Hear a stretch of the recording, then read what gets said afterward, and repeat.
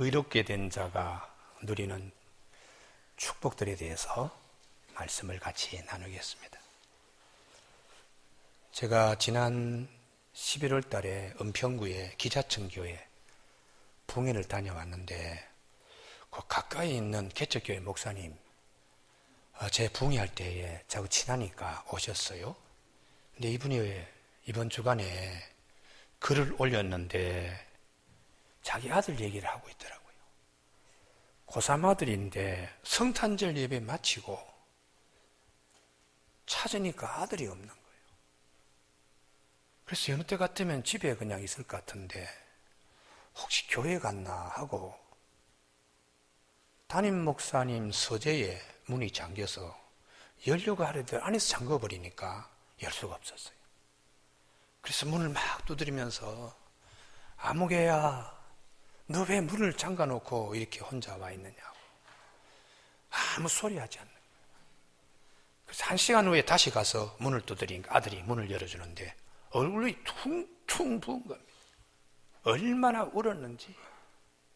그래서 무슨 일이 있냐 했더니 초등학교 때부터 절친하게 친한 친구가 성탄절 날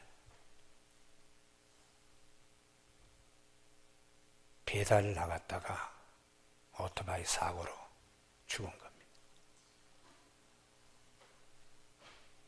고3 이제 다 끝나고 대학 시험 합격하고 그리고 등록금 마련하러 나갔다가 변을 당한 거예요. 그런데 이 목사님의 아들이 기억하는 이 절친은 초등학교 때에도 자기 할아버지가 돌아가셔서 그 영정 앞에서 엄청나게 울었다는 거예요. 그래서 그 친구들이 다 기억을 하고 그때 그렇게 할아버지 영정 앞에서 울던 그 초등학교 시절에 그 아이를 기억하면서 더 그냥 막 울었다는 거죠.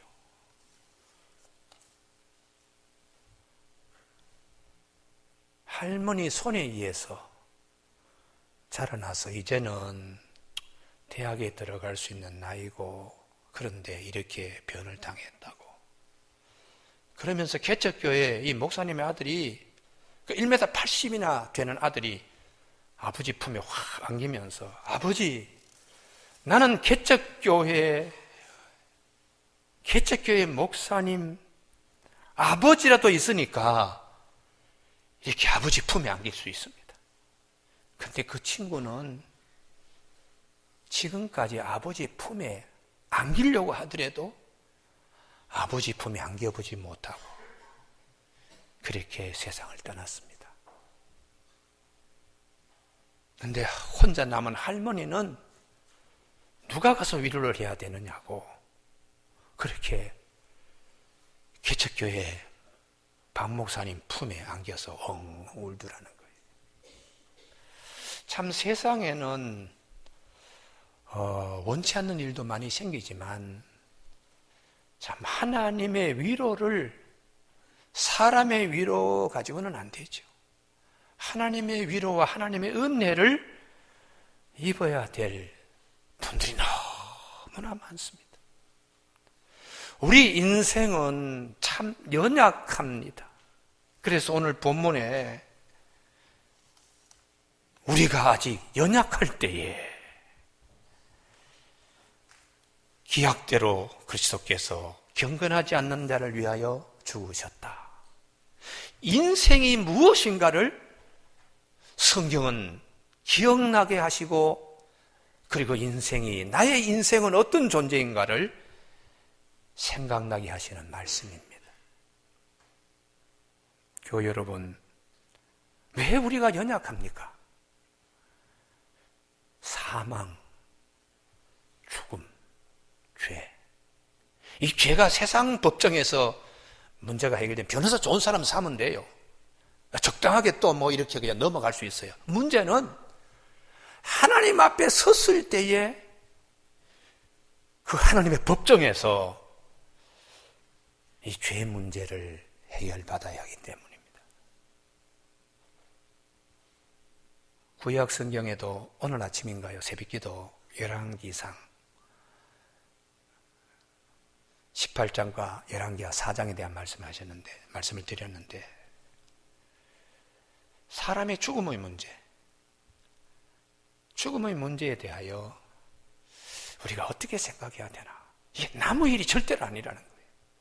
그리고 나라는 존재가 육신의 장막, 지금 제가 입고 있는 이 양복, 이거 여름이면 벗습니다. 육신의 장막을 벗고 난 다음에 나라는 존재가 어떻게 되느냐?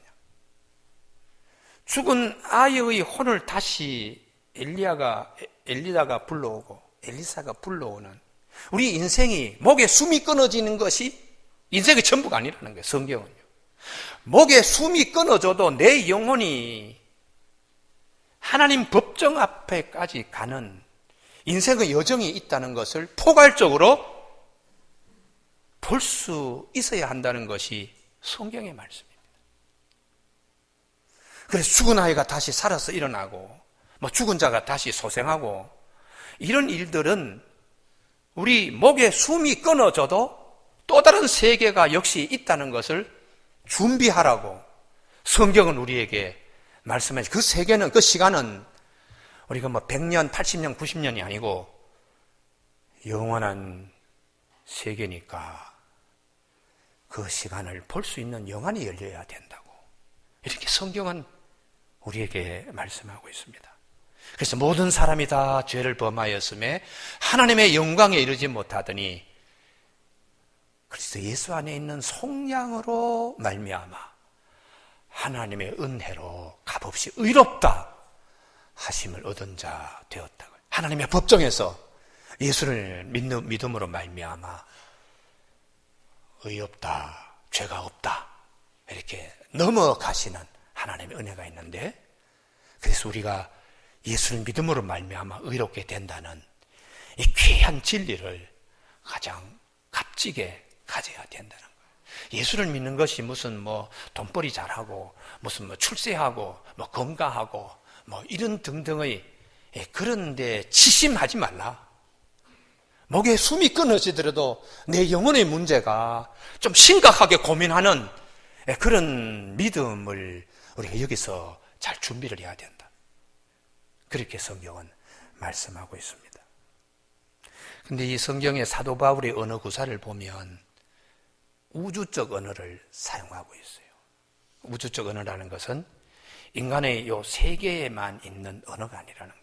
목에 숨이 끊어지는 그 시간까지 언어가 아니고, 목에 숨이 끊어지더라도 계속해서 우리에게 말씀하시는 언어, 그 언어에 우리가 귀를 기울여야 된다는 것입니다. 그래서 사도 바울은 우리는 에베소 1장 7절에 우리는 그리스도 안에 그의 은혜의 풍성함을 따라 그의 피로 말미암아 속량 곧 죄사함을 받았느니라. 이는 그가 모든 지혜와 총명을 우리에게 넘치게 하사 그 뜻의 비밀을 우리에게 알리신 것이요 그의 기뻐하심을 따라 그리스도 안에서 때가 찬 경륜을 위하여 예정하신 것이니 하늘에 있는 것이나 땅에 있는 것이 다 그리스도 안에서 통일되게 하려 하심이라. 하늘에 있는 것, 우리 눈에 보이지 않지요.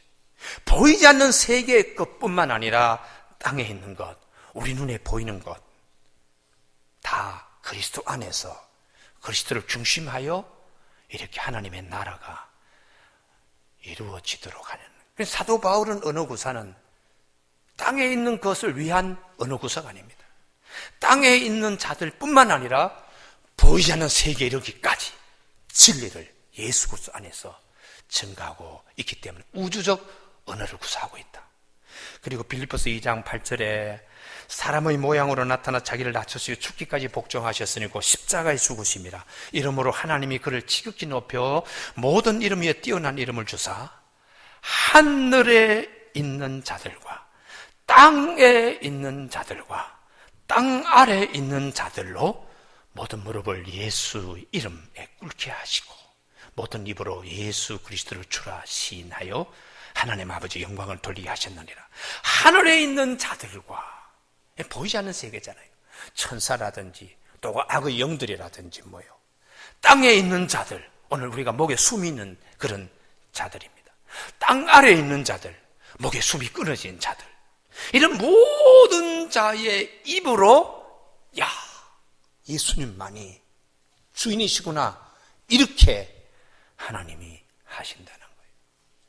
그러니까 사도 바울의 언어 구사를, 성경을 통해 하나님이 우리에게 들려주시는 말씀은 목에 숨이 끊어지는 것을 전부로 여기지 말라. 그것은 굉장히 짧은 시간이요, 그것은 굉장히 한정되어 있는 것이고, 영원한 세계를 바라보고 영원한 곳에 내 영혼이 거기에 안기고 위로받고 그럴 분이 누구인가? 길이요, 진리요, 생명이신, 부활이신 예수님밖에 없다는 겁니다. 우리 인생이 얼마나 연약한가. 사망과 죄. 누가복음 7장에 나인성 과부의 아들, 우리 다 아시죠? 성문 가까이에 이르렀을 때 예수님께서 목격합니다. 한 관이 사람들의 어깨에 이렇게 혹은 또 손에 잡혀서 나오는 거예요. 근데 그게 일상적인 사람들은 그냥 오늘도 한 사람 누가 장례 치르는구나 이렇게 볼 수 있지만, 예수님은 이 가정의 모든 것을 다 의왕 속에 고기를 들다보듯이 보고 계시는 거예요. 과부의 아들이네. 이 한 아이를 보고 일생수절하며 이 아이에게 모든 것을 올인한 이 청년이, 푸둥푸둥하는 청년이 갑자기 그냥 심장마비로 죽었는지 관 속에 누워있는 걸 보고 이 과부의 마음이, 여인의 마음이 얼마나 속이 끊어질까, 이걸 주님이 보신 거죠. 그래서 주님께서 여인이여 울지 마시오. 목에 숨이 끊어지는 것이 우리 전부가 아닙니다. 여인이여 울지 마시오 하고 가까이 가서 관에 손을 댔다는 거예요. 우리가 대개 관에 손을 대는 것은 제사장이나 납비들이나 관에 손대지 않습니다. 부정탄다고 꺼리는 겁니다. 그런데 예수님께서는 연약한 과부를 위로하시고 붙잡아 주시기 위해서 관에 손을 댄 것입니다. 그리고는 관 속에 누워있는 청년에게 청년아 일어나라 이렇게 말씀하셔 청년이 일어났다는 겁니다. 성경은 이걸 통하여 인생이 어떤 존재인가를 깊이 깨달으라는 겁니다. 목에 숨이 끊어진다고 전부가 아니다. 목에 숨이 끊어지더라도 그 이후에 그분이 주인이신 분이, 생명이신 분이, 길이신 분이 오셔서 책임지신다. 이걸 인생은 깨달으라는 것입니다. 제 친구 얘기를 설교 시간에 하는 게 좋지 않습니다. 또 이게 녹화가 되어가지고 미국에서도 보고 뭐 다 호주에서도 보고 하는데요. 대학 졸업한 친구 가운데 한 5손가락 정도 안에 드는 친한 친구가 있습니다. 그 중에 이름만 대면 다 알만한 뭐 총리도 있고요. 다 그런. 근데 그 중에 이제 충청도 청주고등학교 출신의 친구 하나가 있었습니다. 결혼을 우리 또래보다는 훨씬 뒤에 하게 되었습니다. 그래서 도대체 얼마나 좋은데 장가 가려고 그렇게 결혼을 미루고 해요. 본인이 중앙일보 정치부 기자고 청와대 출입 기자니까 뭐 얼마나 눈이 높겠어요. 그런데 덕성여대 약대 전임 강사와 결혼했습니다. 그래서 우리가 참 늦게 결혼하더니 대학 교수를 부인으로 맞이하고 장가 잘 갔네 뭐 그러고 축하를 했는데, 갔더니 이현재 총리, 그때 그분이 서울대 총을 마치고 국무총원에 있던 그분이 수례를 하는 거예요. 여의도 교원 공제조합 회관에 장관의 화환, 국회의원 화환은 저 길거리에 나가 있고, 얼마나 정부 각 부처에 하여튼 그냥 유명한 분들, 하여튼 대통령을 제외하고는 다 축하하고는 다 보내더라고요. 내가 참 정치부 기자 끝발 좋네, 끝발 좋아. 참. 그리고 2년 후입니다. 밤에 11시에 전화가 왔습니다. 중앙일보의 사회부 기자 김일이라고 하는 친구가 저한테 전화를 했어요. 이 밤늦게 무슨 전화냐 했더니, 제남아, 현일이 부인이 죽었어. 아니 2년 전에 결혼했는데 왜 갑자기 무슨 일이 있나? 신촌 세브란스 병원에 지금 있는데 꼭 와라고. 그래서 제가 다음날 갔더니 2년 전에 축하합니다, 축하합니다, 결혼을 축하합니다 하는 그 화환의 이름을 새긴 분들이 이번에는 애도합니다, 애도합니다, 애도합니다. 주화로 다 바뀌었더라고요. 어떻게 이렇게 그냥 부인이 죽게 됐나 했더니 서울대학교 마지막 박사학위 논문을 제출하는데 수정하기 위해 친정에, 서교동에 있는 친정에 가서 수정한다고 했는데 그 아기가, 이 엉금엉금 기어다니는 아기가 석유 이 골론가 이걸 어떻게 찾는지 이게 넘어지면서 순식간에 불이 붙은 거예요. 그래서 부인도 그 서교동의 화강암으로 이렇게 외장을 한 1층, 2층, 3층 건물인데 1층에 방범창 이렇게 쇠로 이렇게 도적 못 들어오게 하는 그 쇠창살까지 다 녹아내릴 정도로 그 집이 그냥 홀랑탄 겁니다. 부인 새까맣게 숯처럼 되었지. 그리고 엉금을 기는 애 걔도 뭐 온몸에 화상이 있고 장인도 온 식구들이 다 그랬어요. 그래서 결국은 천안에 있는 공원묘지로 이제 갔는데 친구들이 아무도 관 머리 쪽을 안 잡으려고 그럽니다. 왜요? 겁이 나가지고. 그래서 내가 그랬어. 나는 예수 믿기 때문에 괜찮아. 나 예수 믿기 때문에 내가 관 제일 앞에 내가 의처하고 내가 그냥 올라가지. 딱 올라갔더니 나장을 하더라고요. 관을 탁 깨가지고 삼배 두루만 이제 고인의 것을 이렇게 내리는데 이 친구 유도 선수였고 사나이 중에 사나이인 그 친구가 제 가슴에 안기면서 제놈아, 너는 교회 다니지, 너는 예수를 믿지, 이렇게 엉엉 울더라고요. 그래서 내가 등을 두드려주면서 친구야, 인생이 이게 전부다가 아니야. 예수를 믿어라. 예수를 믿어야 이 자리에서 위로를 받고 고인이 된 아내나 또 사랑하는 또 자녀도 마찬가지로 우리 인생이 얼마나 연약한 것인가를 친구에게 제가 설명했습니다.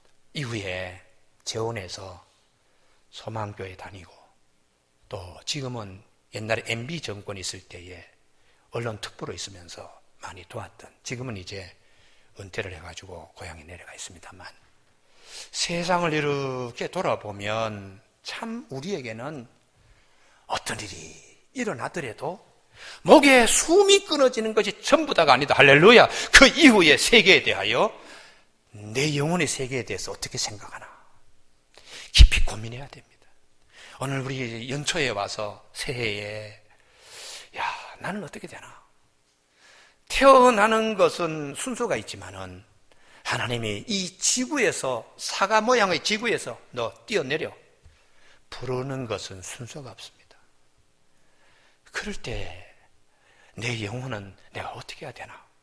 이걸 깊이 생각하며 예수 그리스도를 믿음으로 말미암아 우리는 구원을 입은 자로서, 여기 아멘이 좀 있어야 되는데요. 이걸 그냥 날마다 카드를 꺼내면서 우리가 그 구원의 기쁨에 대하여 감사하고 기뻐하고 편안하고 한말 누리는 이런 이제 평안의 열매가 우리 안에 맺혀야 됩니다. 할렐루야.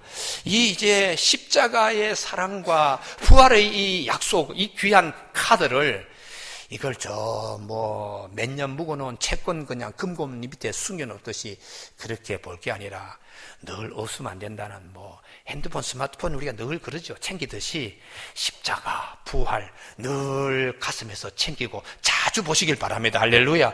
이 핸드폰, 스마트폰은 1년, 2년 만에 또 바뀌고 하지만은 이 십자가와 이 부활은 주님 앞에 설 때까지, 또 주님이 재림하셔서 우리를 다시 일으키실 때까지, 이게 이 은혜는 이건 우리가 꼭 챙겨야 합니다. 죄 앞에서 요한복음 8장에 가늠한 여인을 사람들이 끌고 오잖아요. 율법으로서 이런 사람 돌로 쳐 죽여야 된다고. 자, 죄 앞에서 누가 아니다 할 사람이 없지요. 아니다 할 사람. 근데 주님께서 죄 없는 자가 먼저 돌로 쳐라. 율법은 남에게 적용시키는 것이 아니라는 거예요. 우리 율법적인 안목을 가지면 남을 자꾸 성경 어디에 어긋나네? 성경은 무슨 말씀이죠? 어긋나네. 자꾸 남을 자꾸 보는데 하나님께서 율법적인 안목을 갖지 말고 율법은 자기를 보는 거울이라는 거예요. 그래서 주님이 죄 없는 자가 돌로 치라 하니까 자기를 보니까 죄가 있거든요. 크든 작든 죄인이거든요.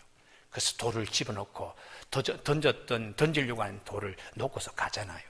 그래서 주님이 그러십니다. 여인아, 너를 정죄한 자들이 있느냐? 예수님이 오신 이유는 정죄하기 위하여 온 것이 아닙니다.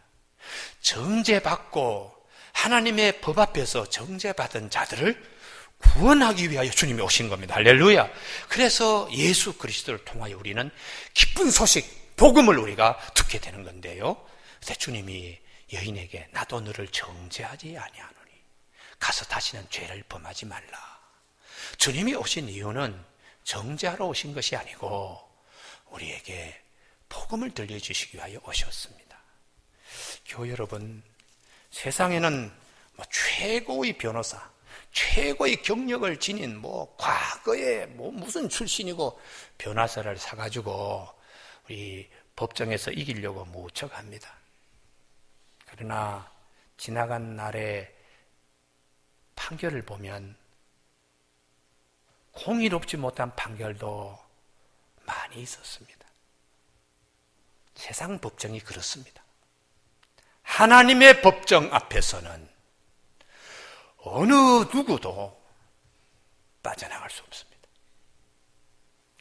하나님 앞에 모든 사람이 다 죄를 범하였으며 하나님의 영광에 이르지 못하더니 빠져나가기 어렵습니다.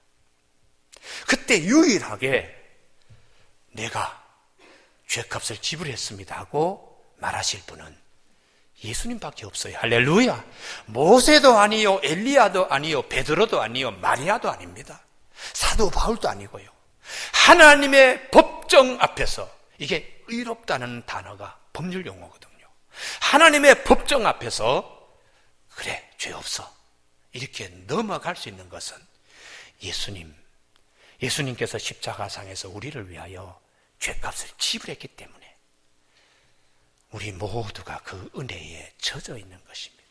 그래서 예수를 믿음으로 말미암아 의롭다, 죄값이 지불되었다, 이걸 우리가 믿음으로 이제 우리에게는 죄의 문제, 하나님 법정 앞에서의 죄의 문제는 해결되었으니까 남은 것은 예수님 때문에 즐겁게, 기쁘게, 편안하게, 화목하게 이렇게 살아야 된다고 사도 바울이 말씀하고 있습니다.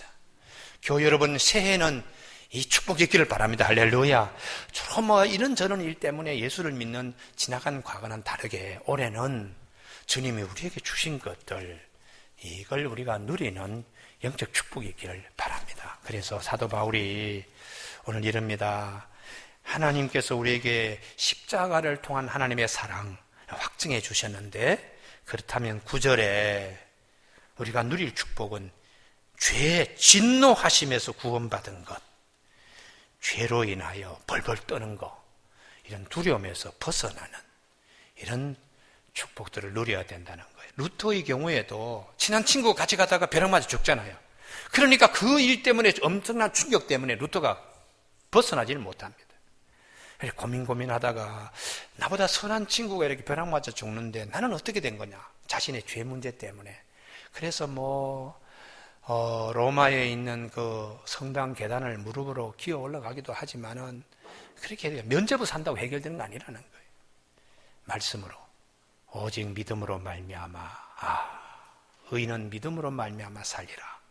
복음에는 하나님의 의가 나타나서 믿음에서 믿음에 이르게 하나니 기록된 바 의인은 믿음으로 말미암아 산다.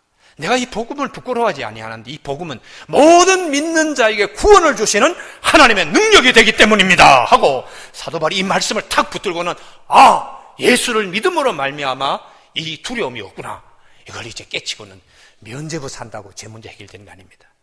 하나님의 약속의 말씀을 우리가 붙들 때에 우리의 죄 문제가 해결됩니다. 예수 그리스도를 믿음으로 말미암아 이 값없이 주시는 이 은혜를 사도 바울이 로마서에도 기록하고 있는데, 우리가 이 말씀을, 이 부활을 끄집어내어서 우리가 가슴에 안아야 됩니다. 이게 종교 개혁의 시작이 되었습니다. 교회 여러분 뿐만 아니라 우리가 10절인데요, 하나님과 원수된 관계가 예수님께 십자가에 죽으심으로 이제 화목된 관계가 되었으면 우리가 어떻게 뭘 누려야 되는가? 더욱 그의 살아나심으로 말미암아 부활이죠, 부활. 구원을 받을 것이라. 우리도 부활에 참여한다는 것을 우리가 믿으면서 죽음에 대한 두려움, 목에 숨이 끊어진 것으로 벌벌 떨지 말고, 아니 살아서도 나를 이렇게 거듭나게 변화시킨 하나님이 내가 죽어도 하나님은 또 거듭나게 변화시키는 부활에 참여하게 되는 하나님의 이 언약을 할렐루야 아멘 하고 붙들어야 된다는 거. 할렐루야. 그래서 이 부활에 대한 확신이 우리에게 있어야 됩니다. 예수를 믿는 목적이 뭐냐? 목에 숨이 끊어져도 괜찮습니다. 하나님이 다시 나를 예수 안에서 살리십니다.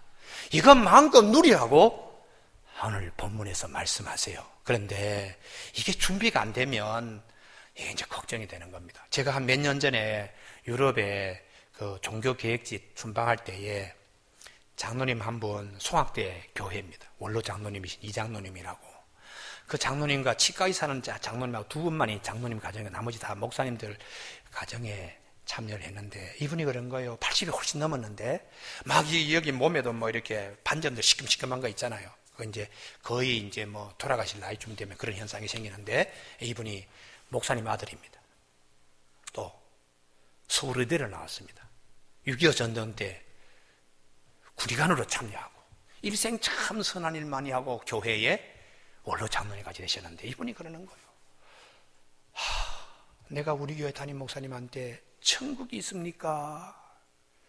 질문 편지를 보냈더니 목사님께서 빙그레 웃으면서 한 달 후에 답을 주셨는데 A4 용지 4장을 주셨는데 제가 마음에 와닿지 않습니다. 오늘 이 같이 함께한 일행 가운데, 목사님, 내가 이제 남을 날이 얼마 있지 않는데 나에게 천국에 대한 확신을 집어넣어 주실 분이 없습니까? 그래서 내가 아이고 큰 한마로 내가 머리를 하나 맞는 것 같더라고요. 아이고 하나님, 내가 목회하는데 목장에서는 절대로 저런 물이 한 분도 있어서는 안 됩니다. 할렐루야.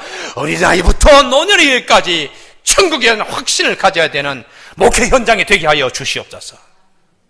목사님 아들이 중요한 게 아닙니다. 서울의대가 중요한 게 아니고 구리갈이 중요한 게 아니고 교회 원로 장로가 중요한 게 아닙니다. 목에 숨이 끊어질 때도 주님이 나를 위하여 예비한 처소가 이렇게 있구나 할렐루야 하고 기뻐하는 신앙을, 산신앙을 가져야 돼요. 그 신앙은 성경 말씀을 우리가 수없이 들으며 또 즐거워하고 기뻐하면서 내 안에 열매로 이게 자리 잡게 되는 겁니다. 교회 여러분, 그래서 이 설교 시간에 꼭 십자가와 부활, 이 말씀은 빠뜨리면 안 돼요.